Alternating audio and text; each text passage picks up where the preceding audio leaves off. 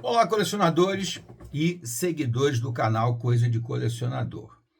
Vocês sabem bem que eu tenho uma preocupação muito grande de apresentar uma certa bagagem cultural, trazer alguma coisa que, logicamente, que para as pessoas da minha geração, meus contemporâneos, não é nenhuma novidade. Eu não pretendo ser genial, nem sensacional, nem trazer uma surpresa. Não tem muito isso, não.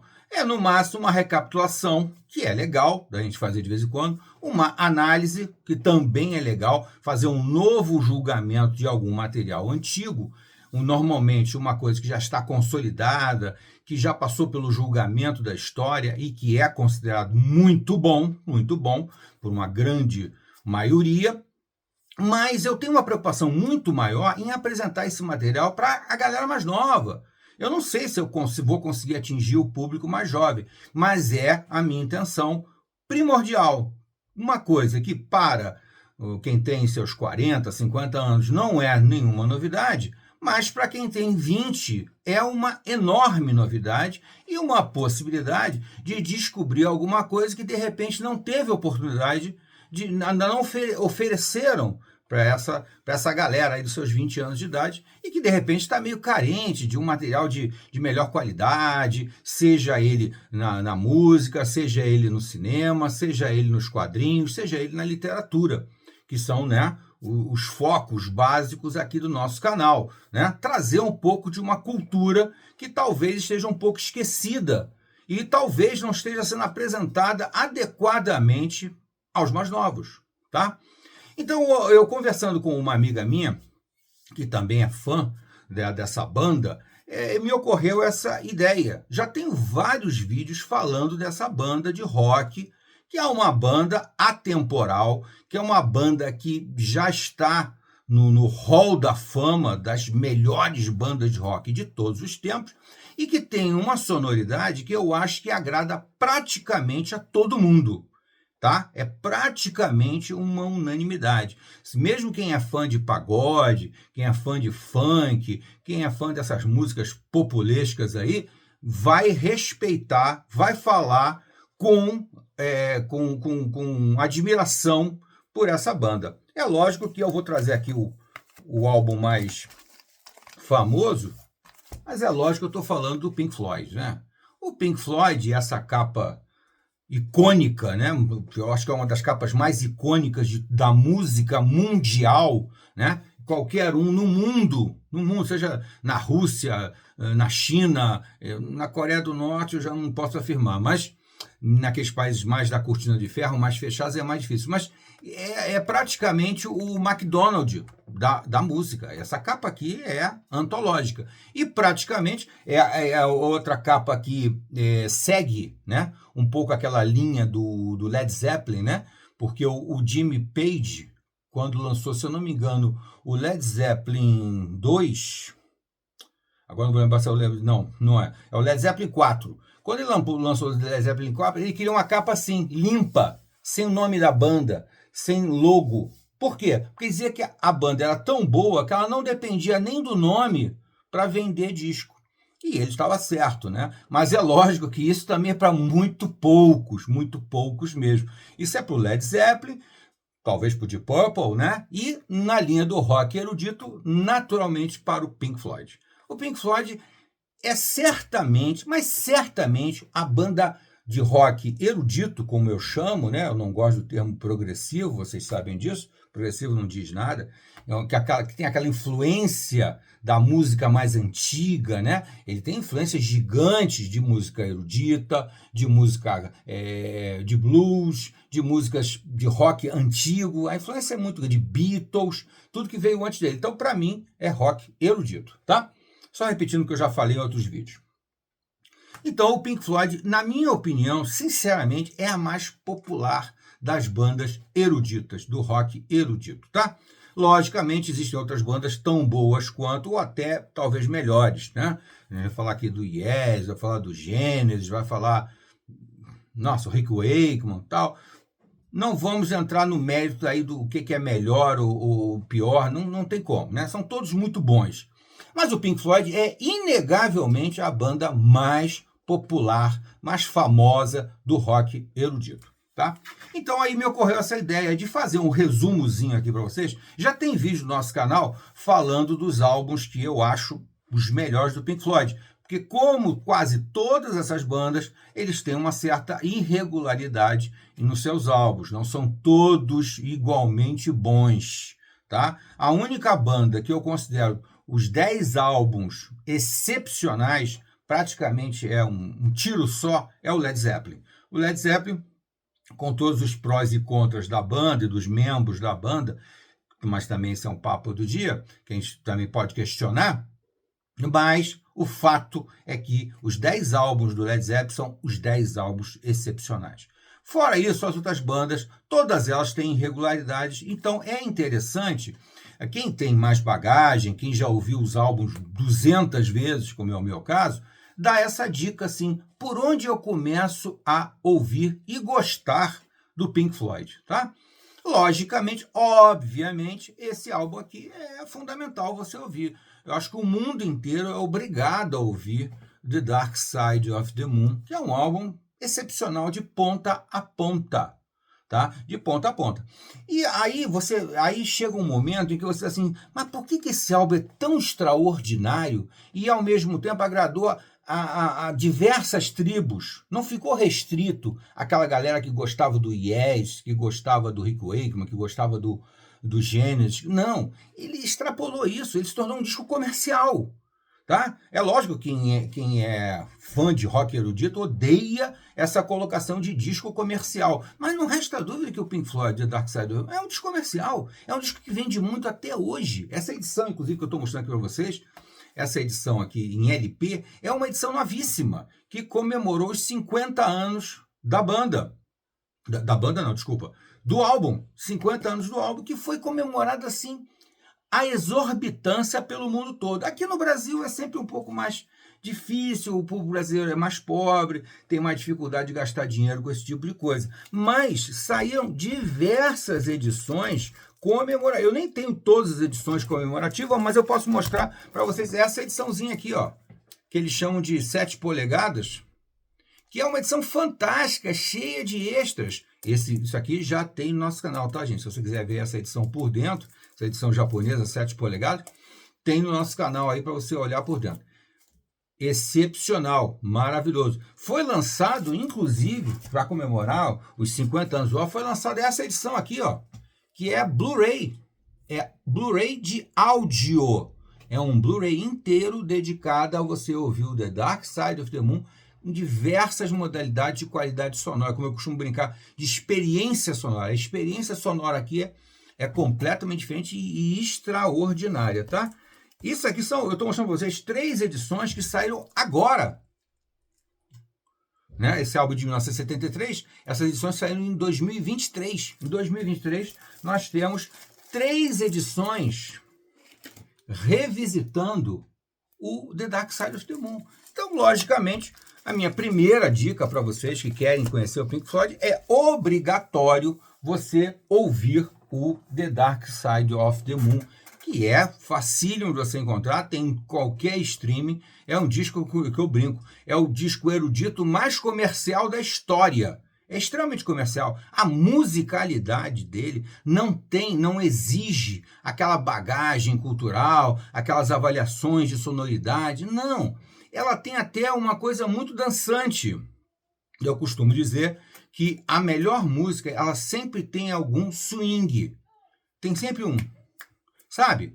Tem sempre um movimento. Não é dançante, não é música para dançar, não é isso não. Mas ela tem uma coisa que faz o seu corpo se movimentar. Eu costumo brincar que Mozart tinha muito swing na música dele. Se você ouvir Mozart, você vai ver, nossa, mas como tem swing nessa música? Né? É verdade. E o Pink Floyd também. Logicamente, o Pink Floyd tem várias fases musicais, tá? Essa daí, aliás, o 1973, o The Dark Side of the Moon, é quase um ponto fora da curva. O Pink Floyd tem uma curva de músicas e o The Dark Side meio que sai. É uma coisa que só pode ser explicado por um alinhamento astrológico. Né? Por que eles vieram fazendo álbuns muito conceituais, muito até psicodélicos, né? Que aquela primeira fase do Pink Floyd é uma fase extremamente psicodélica, de muita experimentação, de muita sonoridade estranha, complicada, que não é para todo mundo gostar. Eu, pessoalmente, não gosto da primeira fase do Pink Floyd, tá? Aquela primeira fase dele, basicamente muito criada pelas visões do Syd Barrett, que acabou, né, protagonizando uma história meio trágica, né, meio triste, por causa do envolvimento dele com as drogas, que foi definitivo para a carreira dele, encerrou a carreira do Syd Barrett muito cedo. Aquela primeira fase eu não gosto, eu não entendo, para mim está além da minha capacidade de erudição. Minha erudição acaba antes. Mas tem um álbum, aliás, tem 2 álbuns dessa fase que eu tenho que considerar bons, considero muito bons. O primeiro deles é esse aqui, aliás, eu tenho uma outra edição dele, tá aqui. É este daqui, o famoso disco da vaca, o Atom Heart Mother. O Atom Heart Mother, que é anterior, é de 1970, se eu não me engano, agora a cabeça aqui está falhando, mas é 1970, tá? De 1970, é um álbum muito bom mesmo, mas ele tem ainda aquele ranço da psicodelia, da psicotropia do Pink Floyd, usando muitos sons, muitas dissonâncias, umas coisas um pouco complicadas.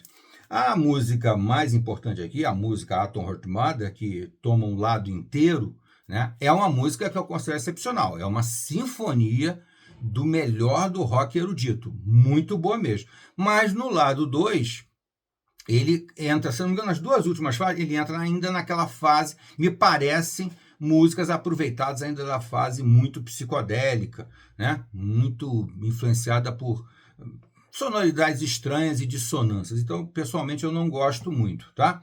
Mas no lado 2 ainda tem uma música que eu adoro e que o Pink Floyd praticamente não toca ao vivo, que é Summer 68. Eu acho essa música extraordinária e eu já vi, inclusive, um arranjo dela no YouTube, você pode procurar no YouTube. Um arranjo dela feito com coral e orquestra aqui aqui no Brasil, agora eu não vou lembrar. É uma homenagem que eles fizeram ao Richard Wright. Agora eu não vou lembrar, desculpa, gente, eu não vou lembrar a origem desse vídeo, mas é um vídeo muito legal, com coral, orquestra, teclado, tocando uma homenagem ao Richard Wright, que já faleceu, né, o tecladista do Pink Floyd já faleceu, dessa música. Mas é muito raro você encontrar versões da Summer 68, o verão de 68, tá? Uma coisa muito impressionantemente, muito legal mesmo. E, bom, então, outro álbum que eu dou a dica. O outro álbum que dessa fase ainda, que eu considero dessa fase ainda, porque para mim o marco divisório é o The Dark Side of the Moon, seria o Meddle, que infelizmente eu não tenho uma edição digna do Meddle aqui para mostrar para vocês. Mas assim que eu tiver, eu boto no canal. O Meddle também é bom e ainda ele faz meio que essa transição entre a musicalidade mais diferente, né?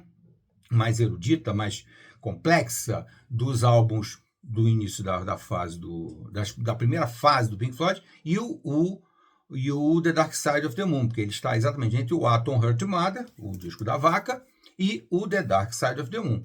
Esse daqui é de 70, o Meddle de 71, e em 73 vem então o The Dark Side of the Moon. Muito bem. O The Dark Side of the Moon fez sucesso extraordinário, aquela coisa toda. A banda começou a sofrer muita pressão, começaram a ver, logicamente, né, os desentendimentos, até porque eles tinham personalidades, como quase todo mundo, né, com toda a banda, muito distintas, mas que acabaram entrando em choque por motivos muito graves, né? Mas isso aí é papo para outro vídeo, eu já contei até alguma coisa, mas é papo. Eu quero aqui resumir o que é bom de ouvir do Pink Floyd para você gostar de Pink Floyd. Então, The Dark Side of the Moon, Atom Heart Mother, Meddle. Fechei uma fase, beleza. Aí depois, o álbum seguinte é um álbum que é exponencial, que é extraordinário, que é esse aqui, ó. É o Wish You Were Here, que tem uma história, inclusive, sensacional, mas que já foi contada na internet por outras pessoas. eu não vou entrar no mérito aqui. Mas o Wish You Were Here é um álbum impecável e que tem uma assinatura do Pink Floyd meio que recuperada. Por que eu digo isso? Porque o The Dark Side of the Moon me parece uma pegada muito, muito mais voltada para um público maior, digamos assim, uma linguagem sonora mais eclética, né? Você não tem muito questionamento sobre a linguagem musical do The Dark Side of the Moon. Aqui não. Aqui ele dá uma voltazinha, ele faz uma pequena curva para trás e recupera um pouquinho daquelas temáticas do Meadow e do Atom Heart Mother. Aqui tem uma sonoridade meio estranha, porque inclusive eles, um pouquinho antes de gravar esse disco, eles tiveram um projeto de fazer um disco apenas com sons estranhos. O Pink Floyd sempre teve essa tendência, né? No Maguma, por exemplo, tem muito isso, né? Então eles gravaram, não sei quantos meses gravando sons de objetos fazendo barulho, usando objetos para fazer sons, é uma coisa muito doida. Mas aquele projeto acabou sendo abandonado e esse daqui veio em seguida, com muita demora, com muita dificuldade, com muitas desavenças, muitos problemas. Eles acabaram gravando o Wish You Were Here, mas como o talento consegue superar essas coisas, o Wish You Were Here é um álbum excepcional, de ponta a ponta, não tem música fraca, porque no Atom Heart Mother eu falei, né? O lado 2 tem umas 2 músicas ali que eu acho meio chatinhas, meio cansativas, mas esse aqui não. Esse aqui é todo ele bom. Tem a famosa Shine On You Crazy Diamond, né, que é excelente. E outra que ficou ainda mais famosa, que é aquela baladinha Wish You Were Here, que dá nome ao disco, em homenagem ao Syd Barrett, né, que estava numa situação bem lamentável na época. Isso aqui é 1975. Então, temos aí The Dark Side of the Moon, o Atom Heart Mother, Meadow, Wish You Were Here. Maravilhoso também. Bom, aí a banda entra num processo muito complicado de choques de personalidade, identidade e etc., problemas financeiros, mas muita coisa atinge a banda nessa época e a fama deles estava lá em cima mesmo, eles estavam bombando, investindo em um monte de outras coisas que não tinha nada a ver com a música, o que levou a eles a um prejuízo financeiro muito grande, mas também isso é papo para outra história. E aí começaram as desavenças cada vez maiores da banda, cada vez mais complicadas, e eles acabaram gravando, na minha opinião, o Roger Waters com aquela prepotência dele, né, que ele sempre foi muito prepotente, ele sempre se achou meio dono da banda, e até por, às vezes, também uma questão dos outros ficarem um pouco mais inertes, ficarem um pouco mais quietos, né? Às vezes as pessoas não querem entrar no confronto e deixam alguém que tem uma personalidade mais forte acabar dominando a situação. Mas isso não dá certo, isso não dá certo. E como estava todo mundo meio preguiçoso para trabalhar ali, o Roger Waters gravou basicamente sozinho o disco que veio... desculpa, mentira. Depois tem o Animals, mas é um álbum que eu sinceramente não gosto nem um pouquinho, acho um álbum complicado de gostar. Acho que ele não tem nada a ver com o Pink Floyd. É um álbum pesado, é um álbum que já sofreu influências do punk rock que surgia naquela época, né? E gravou o Animals, que na minha opinião é um álbum que não tem a personalidade do Pink Floyd, tá? Então esse disco é o salto aí, eu não vou fazer referência a ele. Vou só fazer também um comentário pro The Wall, que é um álbum que eu também não gosto, porque é um álbum, na minha opinião, excessivamente ideológico, extremamente político, que sempre foi o viés que o Roger Waters dava para o Pink Floyd. Essa coisa muito ideológica, muito politizada. Então, e outra coisa, né, que eu também não gosto do The Wall, é um álbum, na minha opinião, extremamente melancólico, extremamente pessimista, é um álbum pessimista, né, e isso, para mim, não me agrada. Eu, na época, cheguei até o LP, porque naquela época, era, né, já desde Pink Floyd existe, que eu sou fã de Pink Floyd, e eu comprei na época o The Wall, mas tive dificuldade de ouvir. Para vocês terem uma ideia, eu cheguei a ouvir uma vez e disse assim, não quero mais ouvir isso. Isso me faz mal, me deixa deprimido. Aí eu encostei o álbum. Depois, alguns anos depois, que aí vieram os shows, né? O negócio do muro caindo, a coisa toda. Deixa eu dar uma nova oportunidade pro álbum. E aí voltei a ouvir. E aí achei algumas coisas boas, algumas coisas interessantes, mas eram exatamente as únicas músicas compostas pelo David Gilmour. que é Run Like Hell e Comfort Be Numb. O restante do álbum, continuei achando muito negativo, muito pessimista, muito depressivo. Então, nunca, jamais eu gostei do The Wall. Demorei um pouquinho a entender o porquê. Tive que entrar nas letras, entrar do todo o conceito do álbum, para então eu dizer assim, não, realmente eu não gosto do The Wall. Depois do The Wall saiu o Final Cut, que na verdade eram músicas que não entraram no The Wall, mas músicas exclusivamente do Roger Waters, o que me fez praticamente concluir que para mim o Pink Floyd era o David Gilmour, né? Se você pensar no Richard Wright e no Nick Mason, você vai chegar à conclusão que são dois músicos muito competentes, muito talentosos, mas que pouca contribuição efetiva deram ao Pink Floyd, exceto em algumas músicas, lógico, né? Com respeito a The Great Gig in the Sky, por exemplo, que é uma música composta pelo Richard Wright, o tecladista, para o The Dark Side of the Moon. É uma música, assim, extraordinária, é uma das músicas que eu mais gosto na vida. Então, não estou querendo desmerecer os dois, pelo amor de Deus, mas se eles fossem substituídos por outros bateristas, outro tecladista, não faria quase diferença nenhuma na execução das músicas, tá? As músicas eram basicamente Roger Waters, principalmente nas letras, e o David Gilmour, principalmente nos instrumentos, né? Na parte melódica. E quando apareceu o The Wall, foi um divisor de águas para mim. Eu entendi, não, eu gosto do David Gilmour, eu não gosto do Roger Waters. Então, daí veio o Final Cut, que foi realmente um corte final dessa fase do Pink Floyd. Então, vamos encerrar aqui uma segunda fase do Pink Floyd. Não gosto The Wall nem do Final Cut. Aí vem aquela guerra judicial, a banda entra num conflito muito grande, na justiça, quem fica com o nome Pink Floyd, quem aqui não fica. O Roger Waters não queria o nome Pink Floyd, mas também não queria que os outros usassem, queria encerrar o Pink Floyd. Pink Floyd não podia existir mais. A prepotência de sempre do Roger Waters, né? Muito bem, e muitas outras confusões, muitas outras coisas, geralmente provocadas pelo Roger Waters e que não eram do agrado dos outros três membros da banda, que eram um pouco mais light, que eram um pouco mais tranquilos, não entravam em confrontos, não entravam em brigas profundas, queriam viver a parte artística, enquanto que para o Roger Waters o mais importante era a parte ideológica, né? Muito bem, nessa confusão toda aí, se decidiu que o Gilmour e o Nick Mason poderiam ficar com o nome Pink Floyd. Isso já em 1987. Então eu parei ali em 1980, agora eu não vou lembrar. 79 saiu o The Wall, e, se eu não me engano, 1982 mais ou menos. Essa coisa se arrastou durante uns 5 anos, e aí o David Gilmour e o Nick Mason ficaram com o nome da banda e gravaram um disco que tem uma sonoridade que é muito mais do David Gilmour. Com certeza esse álbum é um álbum em que os outros membros da banda praticamente não têm participação, que é esse álbum aqui, A Momentary Lapse of Reason. A Momentary Lapse of Reason eu considero um disco excepcional.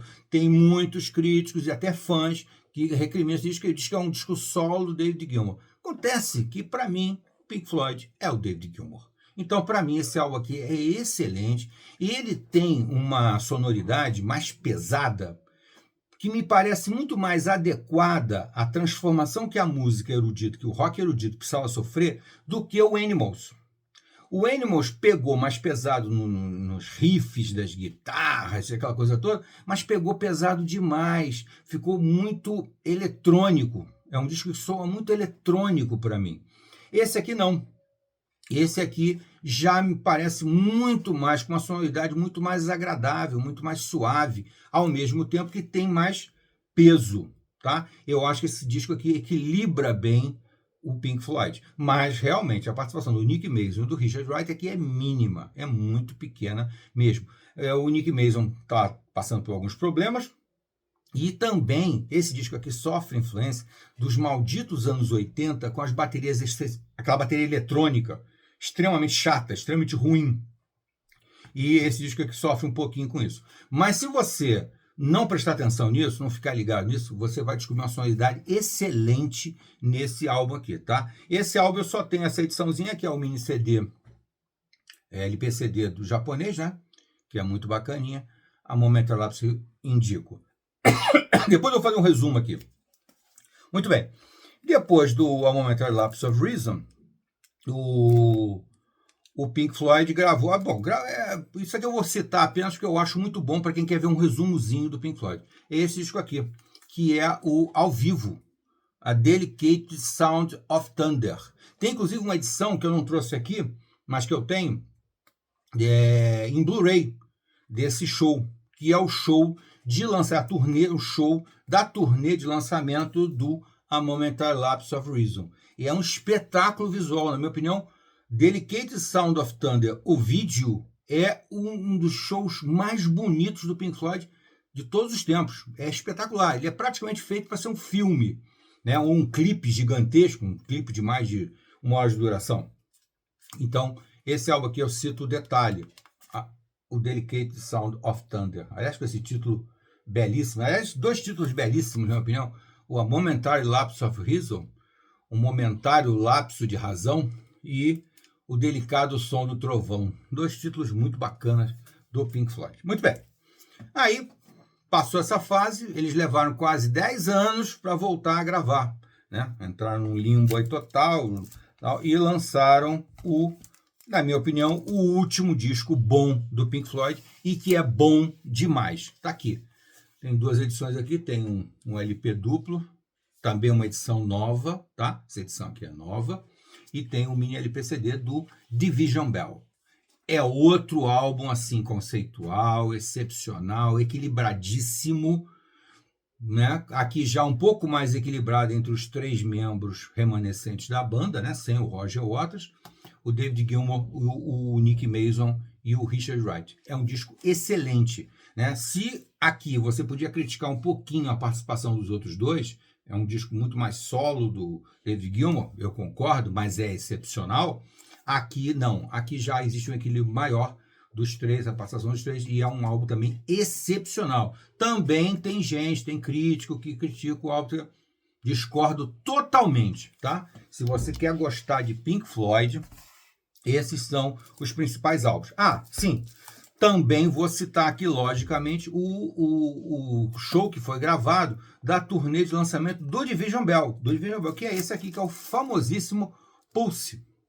O famoso Pulse, essa edição muito bacana, com luzinha piscando aqui, luzinha piscando, não sei o que, isso aqui saiu lá nos anos 90 e é também excepcional. Inclusive o vídeo do Pulse também é um vídeo excepcional. Isso tudo você encontra no YouTube fácil, tá? Tanto o Delicate Sound of Thunder quanto o Pulse. São 2 shows que merece, que precisa ser visto para quem gosta do Pink Floyd, tá? Então, gente, para o vídeo não ficar muito mais longo, eu vou encerrar por aqui, só mostrando aqui mais uma ediçãozinha que saiu agora comemorativa, para vocês verem como é que isso aqui vende até hoje. Isso aqui nunca tinha saído. É um show que eles gravaram lançando o The Dark Side of the Moon. Tá? Isso aqui é 1974, se eu não me engano. 1974, em Londres, o Live at Wembley. Aqui eu tenho 2 edições, essa aqui é a edição japonesa, essa edição aqui é a edição inglesa, né, europeia. Essa edição aqui, essa aqui é a japonesa. Não preciso nem dizer que a japonesa é muito mais legal do que a europeia, tá? Mas são detalhes, isso é o papo para outro dia. E também, tudo isso que eu mostrei aqui para vocês, gente, tem vídeo no nosso canal, é só você assistir. Resumo da ópera. Quer gostar de Pink Floyd? The Dark Side of the Moon, Atom Heart Mother, Meadow, Wish You Were Here, A Momentary Lapse of Reason, Division Bell, tá? Esses são os álbuns que você tem que ouvir para gostar de Pink Floyd. Os outros, depois que você gostar desses aí, curtir bastante, aí você vai ouvir os outros para você formar uma opinião, né? Para ver se você concorda comigo, né? Se o Roger Waters não era bem a essência do Pink Floyd, porque o que ele queria era sempre carregar muito na parte ideológica, enquanto que os outros estavam mais preocupados com a música propriamente dita, tá? E isso você também vai poder comprovar quando eu gravar um vídeo aqui falando sobre a carreira solo do David Gilmour. David Gilmour tem uma carreira solo interessante. e merece um comentáriozinho. Eu vou gravar um vídeo qualquer dia desse falando um pouquinho sobre essa carreira solo, David Gilmour, que tem uma trajetória bem diferente em termos de musicalidade nesses, se não me engano, são só 4 álbuns. 4 álbuns, se você não quiser incluir aqui o A Moment That Lapse Reason como fazendo parte da discussão do David Gilmour. Tá bom, gente? Até a próxima.